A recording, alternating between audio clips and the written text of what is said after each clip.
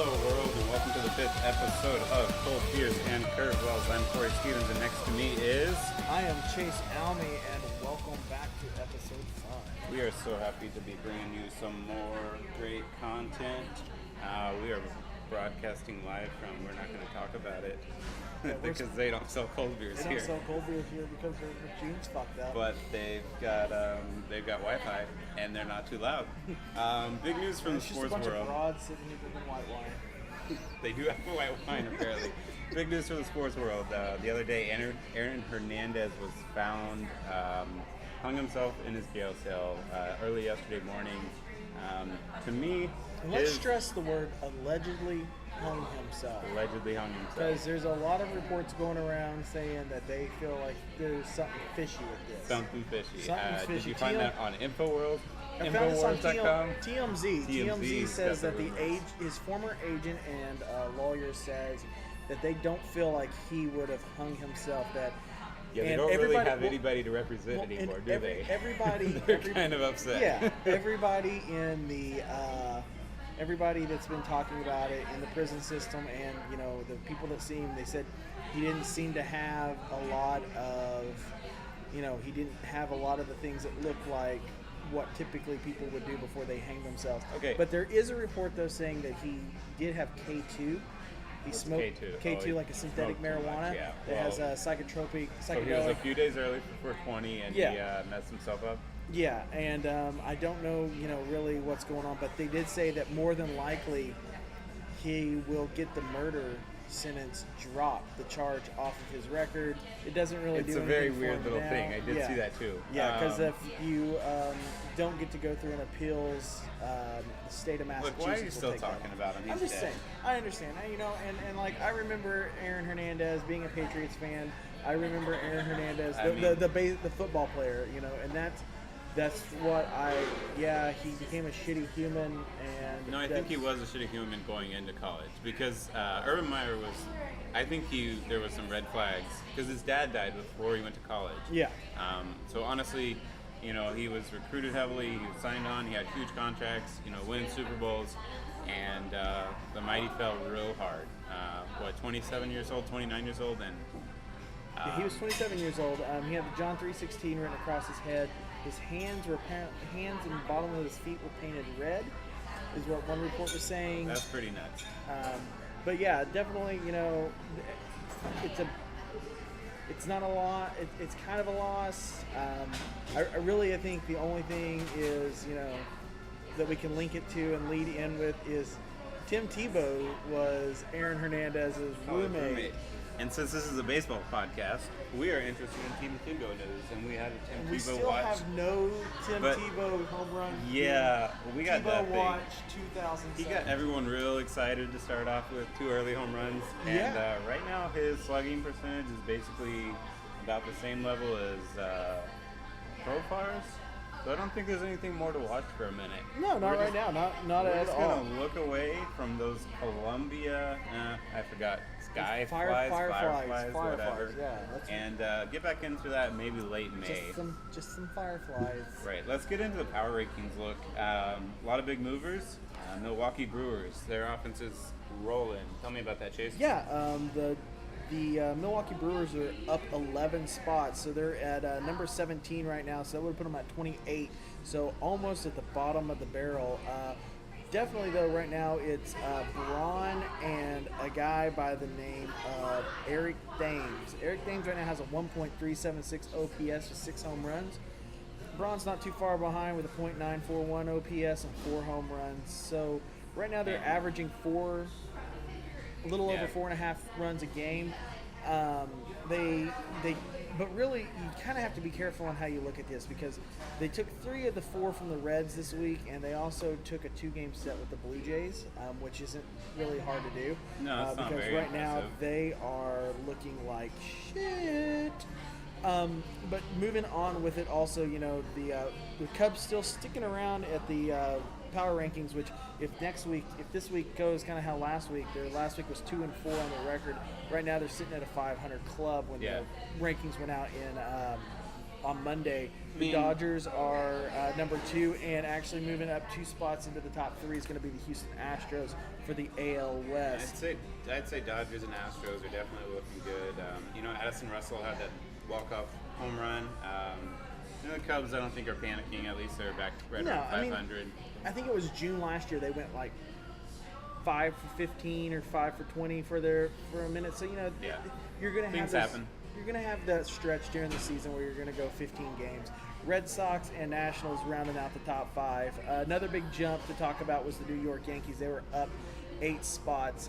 Big winning streak, yeah. Oh yeah, looking at their record, they've just in team batting alone, where they're really looking good. They've got only 4 players that are major day-to-day players that have an OPS under 300, and they have 4 that are looking at over a 350 batting average. Yeah, I'm looking at their team on base percentage at 350 basically, so that's right near the top. To tie in real quick, the Yankees 77 runs and the Brewers 76 runs. So those are definitely some top producers, along with the Diamondbacks and Nationals. And I believe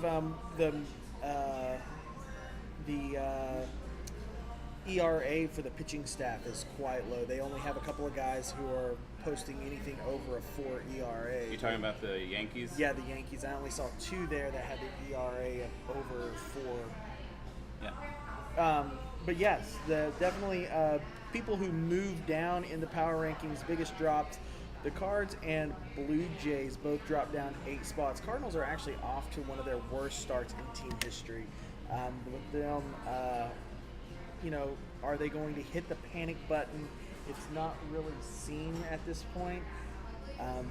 There's a lot of panic, and so what does that go on? Is it going to be a snowball effect where it rolls downhill and it just keeps picking up momentum and they just keep tanking and tanking and tanking?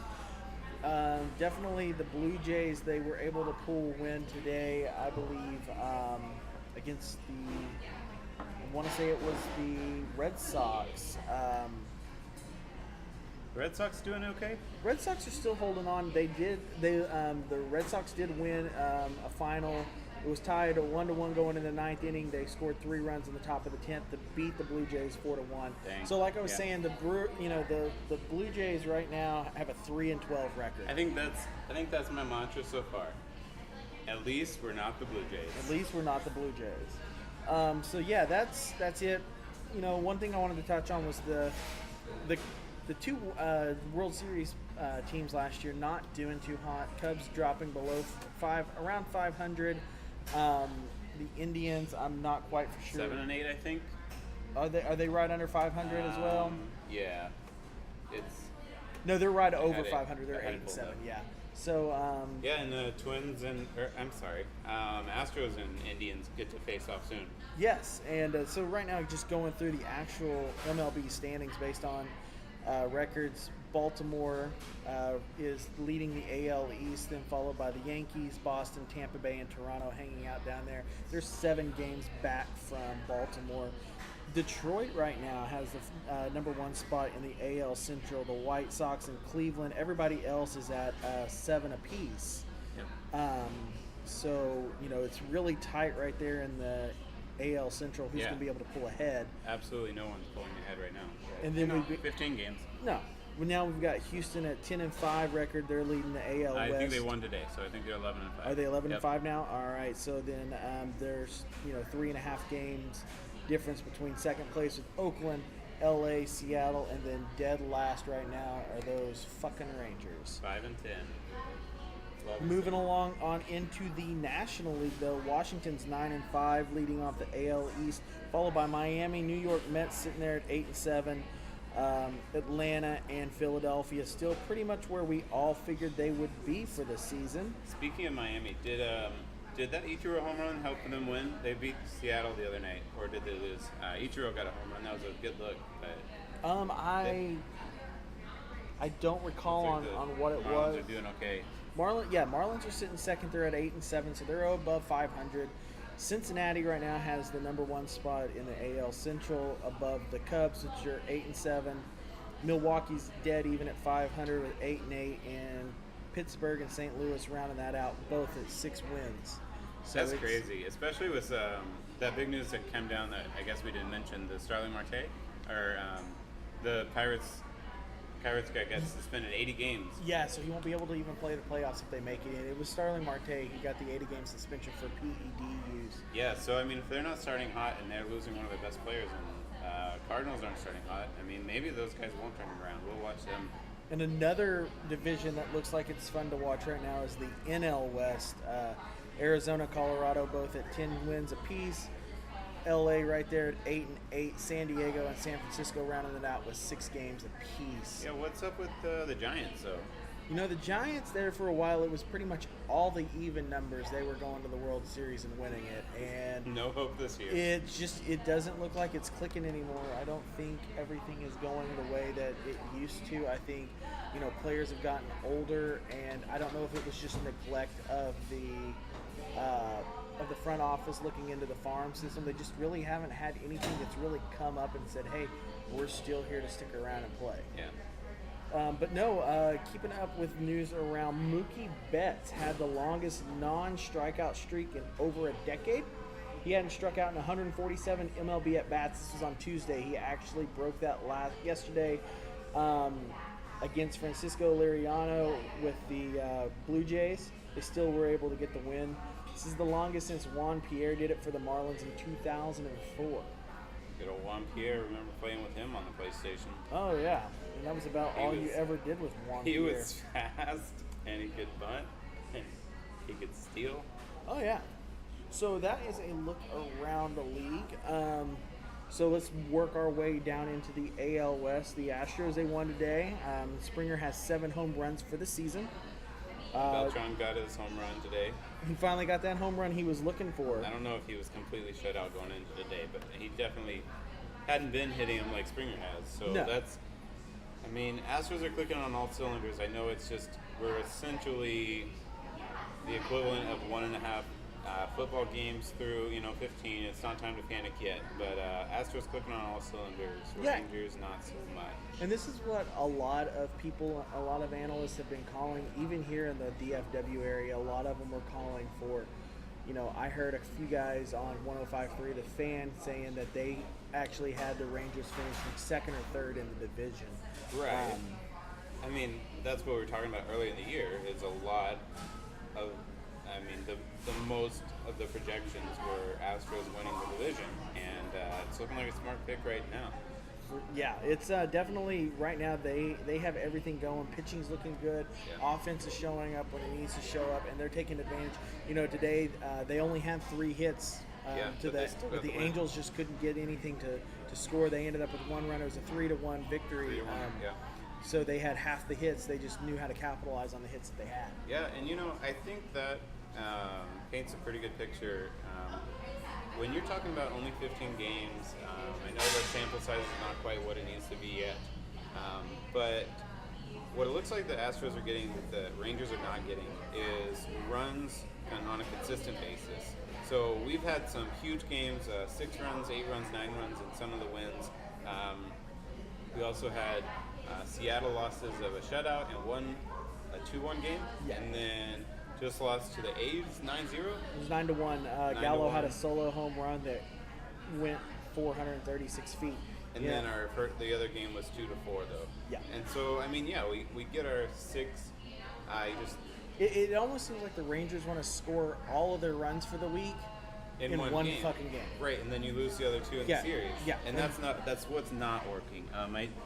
There was a comment from Bannister mentioning that, like the consistent run production, and we'll get into some solutions later, but maybe if we're living and dying by the home run, which we are, because looking at home runs, I think we are top 5 in home runs in the AL or in the whole league. So we've got the home runs. We might even be second most in the AL home runs next to the Yankees. But we just can't. There's solo home runs. There's nobody on base. There's no production going on in the offense to get on base. It's just not turning into wins, and so you can't look at it. So you can't really blame even runners left on, because we're at the bottom of that, we don't have a ton of base runners left on base either. So that's good. And we're getting home runs. But the team, like when you look at the team average, it's absolute bottom. Bottom 5 in the league at 210, I think the league. Yeah, the batting average is at 210. The on base percentage is at 285. Right, but the thing is that on base percentage is still like bottom half. Our slugging percentage is 10 points lower than the league average. You would think with almost top 5 amount of home runs that our slugging would be a little bit better than 10 points lower than the league average. Yeah. But we're not getting the triples, we're not getting the doubles. It's not consistent throughout. So we got a few home runs and we got pretty much nothing else. So I think we had a hot start. If we were talking to you a few days ago, I think the numbers would kind of paint a little different picture. I know, Andrus was on a tear. Mazzaro was player of the week one time, and so we got some good things to go around. But when you break it down for the whole team, we don't have the doubles, we don't have the power. And when we do hit, it's 9 runs in one game, and then we're cold again. Yeah, it's feast or famine right now. And that's what it is. If you're only talking about 15 games, then you have a couple little mistakes on the feast and famine side, and you end up losing. Maybe it'll balance out over a long period of time, but right now you're getting short end of the stick there. Well, here, I was looking over here at Baseball Reference, and Baseball Reference is a really good source for us to pull our stats from, which is usually what we typically use. And so, just looking here, they have 105 hits for the whole team. Yeah. 21 of those are extra base. No, are extra base hits outside of home runs. So a double or a triple. So not a home run. Something putting you into scoring position is only happening 20% of the time while you're batting. Yeah. So if we go over here and we look at the Astros, who are the top right now, they have hits. They have 140, and they still have the 21 hits that are extra base, and the home runs. They're just capitalizing more on what they're doing. Right. And it seems to be one of those things. I know when we were out at the games for Cleveland earlier this month during the opening week, there was a lot of left on bases. Yeah. And there's been a lot of left on base games where people just aren't capitalizing on the runners that we are putting on. Right. We'll capitalize on a solo home run. Right. It's not total men left on base is going to kill you. It's the key moment. Yeah, it's the key moment. So it's when it's in the eighth or ninth inning when you can't come back. It's early when someone scores against you and you get runners on, and then you can't equalize. That's when it's going to kill you. Yeah. Well, right now the only ones that seem to be on fire for the Rangers are Andrus, Mazzaro, Gallo, and Ruby. Yeah. And I think that's still one of our biggest storylines. Halfway through April, not a huge thing, but Gallo is, it's harder and harder to have a negative outlook on Gallo. He's actually walking. He's got his strikeouts down. So if he can keep it up, I think that would be even if you end up with a mediocre, maybe end up with the 81-81 record at the end of the year. If Gallo has turned back into the star that you've always wanted, that's a small victory. Yeah.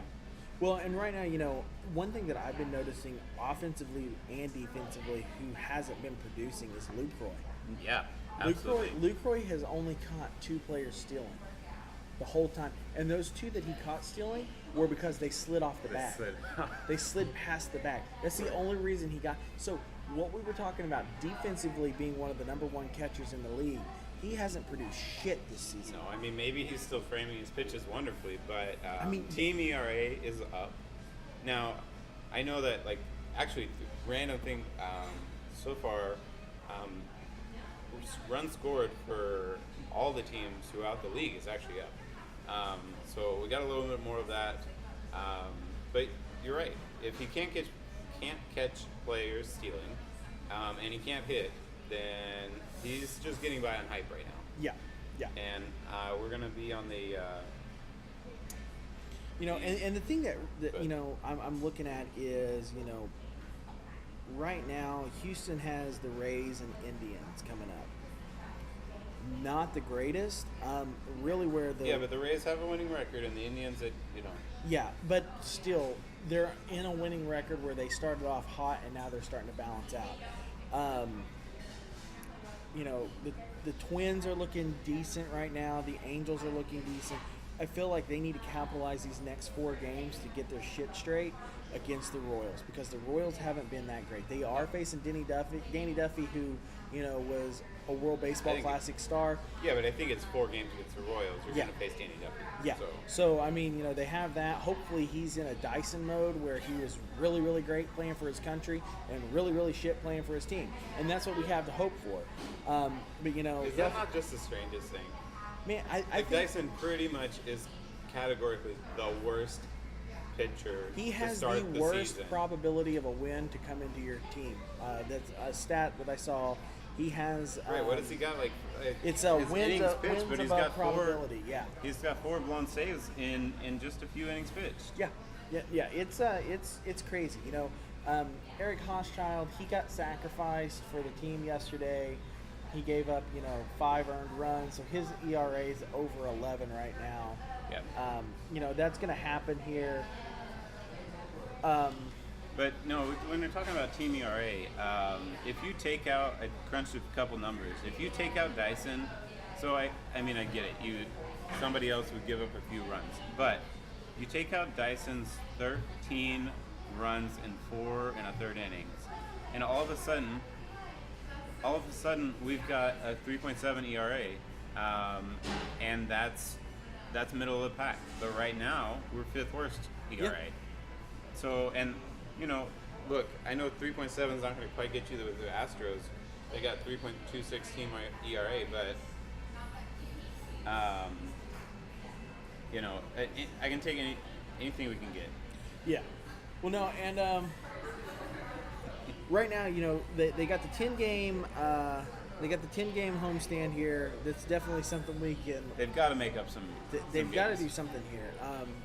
I know right now they've got Dyson down. Finally, thank God, something happened to him. We'll pretend like I was thinking about. Or maybe just Bannister broke his hand. There was at a point that I was looking at possibly buying tickets in the outfield bullpen and pulling a Nancy Kerrigan shit from like the '90s and just going out and whacking him with a lead pipe. I will take.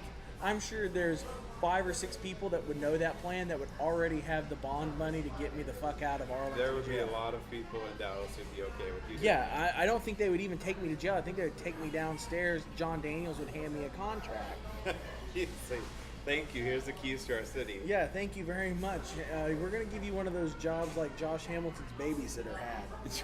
Just break his hand. Break fuckers' hands when they don't know what they're doing. When they can't pitch. So, but with that, I think, they called Kella up. Yeah, so he's got 2 good innings so far. Yeah, and so I think we're going to see a lot of work out of him. I know, just kind of going over some things that me and you have talked and looking at, your main concern is, the other guys in the bullpen who's not getting the workload as Dyson and Barnett. Well, I'm loving Leclerc. When you took a look at batters faced, Leclerc is up there with Dyson. I think 28 versus 31 batters faced. So he's getting the workload, but Barnett is like a 4.5 ERA, and Dyson's up at 27. And those are, your big people who face a lot of batters so far. Well, and and you also have to look at it. I feel like Jeffers will probably end up kind of coming into a, if Bush works out in a closer, I think he's going to end up being like a 7th or an 8th inning, kind of like Matt Adams was there for Neftali Feliz and Joe Nathan. He was kind of a setup guy. Claudio, he's got that almost sidearm delivery, so he's going to be one of those specialty pitchers who you're going to see if they hit into like a meaty part of a left-handed lineup, because he's a lefty that does from sidearm. That's a little trickier for left-handed batters to hit, so he may end up being kind of a specialty person out of there. Hochschild looks like he may be our Scooter Feldman we had there for a while, where He was not really a starting pitcher. He could do a spot start for you if needed, but he can eat some innings. I know just yesterday he couldn't stop the offense, and he gave up 5 earned runs. No, but I think if Dyson's down for a hot second and Kella's back up, if Leclerc's doing well, I think those guys who haven't faced quite as many batters, they've got the best ERA for the team. Alvarez, Claudio, Kella, Leclerc, Jeffers, they're all doing pretty good. So I think a little bit more work on those, you can find out, hey, is Kella ready to be big time? You can find out. You can keep feeding Leclerc. Find out if he's ready to be big time. I would say at this point, though, in the season, they're probably going to look at Busch really focusing in that closer role. You look at the stats on Busch, and they're not great. No, they're not great. They're better than Dyson. No, I know, but everybody literally is better than Dyson. Dyson. Right now, my stats are better than Dyson. But I feel like they're going to give Busch, since he has a little bit more experience, they're probably going to put him in that closer role. Probably work Kella into something with a 8th inning setup or 7th inning with Leclerc and Jeffers kind of rounding it out. More than likely, what will happen if Dyson does come back up after he gets some rehab starts and comes off the DL, they'll probably put him in some less stressful situations and try to work him back into where he's going to get more responsibility. One thing that you cannot deny, that game against Seattle when Dyson was coming in, you had zero faith. The whole Rangers nation had zero faith in him. No, I was shopping with my girlfriend it was a Sunday game, and we had gone shopping, and I was following it on my at-bat app, and it said Dyson's coming into pitch. 9th inning. And my girlfriend looked at me and was like, "You need to stop cussing. We're in the baby section." And I was like, I can't help it. Yeah, and I said, they just put Dyson in, and she goes, well, fuck today. And I was like, yeah, you need to stop cussing. We're in the baby section. And then it wasn't, I don't know, 5 minutes later, the thing pops up, and it's like, hey, they got the win. Exactly on the walk and everything. Yeah, and it was just, it was horrible. And it took everything in my power not to just shatter my phone all over, because it upsets me this much, because he's not worth anything right now. No, look, I'm still gonna be a big believer in Jeff Bannister, but that was kind of a questionable thing.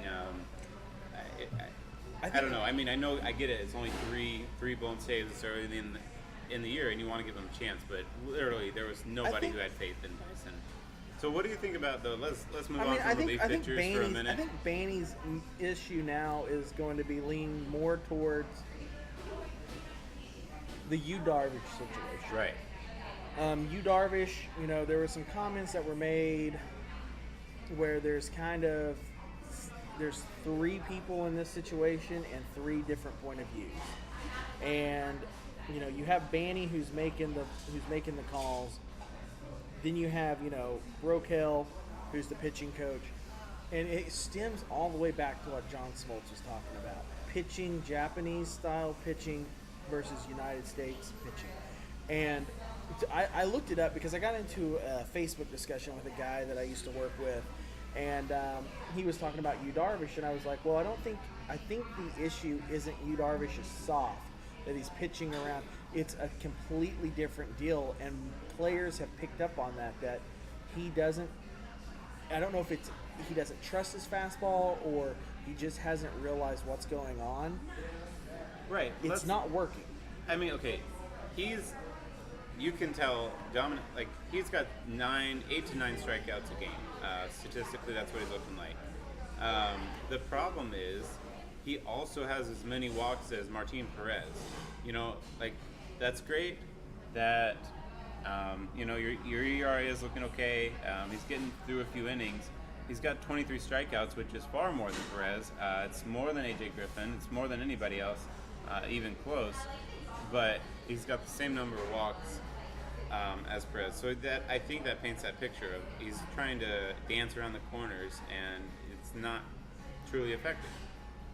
His stat line, honestly, is almost identical to Perez, and with a few more innings pitched, I get it. So same earned runs, same walks, more strikeouts in more innings. So obviously a little bit better. This isn't something new. This is something new for Rangers fans. This isn't if you talk We're to LA, finally figuring it out. if you Yeah. talk to LA fans with Nomo, and you talk to other people who have had Japanese starting pitchers, you learn real quick they don't live by the fastball. They live by every other pitch they develop in Japan. Yeah. And that's one thing that I don't think Yu Darvish is going to be the person who has who is going to be the person that breaks that cycle. Every Japanese pitcher that's come, I looked at the stats last night when I was having the discussion. All of your top major Asian players that have come over to be a pitcher, their ERA has risen over the time that they left. They were dominant in Japanese league or Korean league. Yeah, they got but figured coming out. over, people figure it out. People figure out you're not going to hit the strike zone. So they start laying off the pitches that, the first season, second season, what looked like you had dirty stuff. It's not as dirty. It just skirts on the But outside. What I just don't understand is how he's so dominant maybe through 5 innings. I think it was the opening day. Yeah, opening day and then the most recent game. He just falls off the map in the 6th inning or later. So like his command is gone. He gives up these runs. It's like, okay, I get that you might be getting a little bit tired. You're throwing 95 pitches and command suffers a little bit and you give up 1 or 2 runs. But I don't need 2 runs through 2 batters. Yeah. We don't need to be throwing walk. Can't even hit Lucroy. So it's just remarkable sometimes to watch him. He's so good and then so bad for a second, and then it burns him. So let's look at solutions for the Rangers. Just sell them all. Sell them all. Just sell them all. We might be selling Darvish later. What I need to see for Rangers to improve is Lucroy to pull a little bit more of his weight. What I also can't wait to see is for Beltre to come back. I think we could use a little bit of an injection from Beltre, show us how it's done with a few clutch hits, and then maybe everyone else gets their act together because I think he's just a leader by example in that regard. Yeah, I think when Beltre comes in, we'll see a big turn. The problem is there's no timetable for Beltre. Nothing yet. Griffin's doing great pitching. The starting pitching is okay. I think we just need to eliminate those terrible innings, and maybe we'll get through the 10-game homestand, and we'll be 6-4, and then we won't be screaming about the sky is falling. Dude, when that happens, there will be a miracle in the state of Texas. Yeah. Well, I think that's about all we got for content today. We do have some good news. We got a beautiful hat for cold beers and curveballs. Nice little black and white with the logo and some embroidery. We've got the 47 brand cleanup hat, which is the traditional dad hat that you see a lot of the guys running around wearing. Really big right now with the NBA. A lot of your hip dudes are wearing it. It's got a beer mug on the front. On the back it says cold beers and curveballs. So we're going to be giving that away to. Basically, we're sitting at about 150 followers on Instagram, which isn't bad. It's what me and Corey can do based off of people that we know. We definitely appreciate every one of you, though. We do, and we want more and more people to appreciate what we do, and so we are trying to get up to 300 followers by the 25th of this month. So basically what we're wanting you to do is share one of our photos and tag 3 of your friends and follow us so that we see it, and we will put your name basically into a hat and draw it out once we hit the 300 followers. Also, we'll probably be doing one of those pretty shortly for Facebook as well, and possibly a Twitter follow deal. We've got some other things in mind, some t-shirts, koozies, things like that, definitely to spark your interest. But yeah, stay tuned to those social media accounts because we're going to be doing some giveaways soon. So just to repeat what he said, on Instagram, share one of our pictures, repost one of our pictures, and make sure you've already liked the page, or if you're a new listener and you're going to like the page, and then make sure you tag 3 or more of your friends who might be interested in listening to us, and then you're going to be qualified on Instagram. Yeah, definitely keep following, looking for updates, and interact with us. Post things. That's what we're looking for. Throw a few questions to us on Facebook, Twitter. We do appreciate the interaction we've gotten on Twitter with some of the Rangers fan pages. That's been good. Basically, just follow, keep listening on SoundCloud. We're going to have 5 episodes up now, and then we're also getting to iTunes. It looks like we got 1 episode, and all the rest are still working to get posted to iTunes. So good news on that front. As always, we appreciate you listening, and that's a wrap. Awesome. We'll see you guys next week.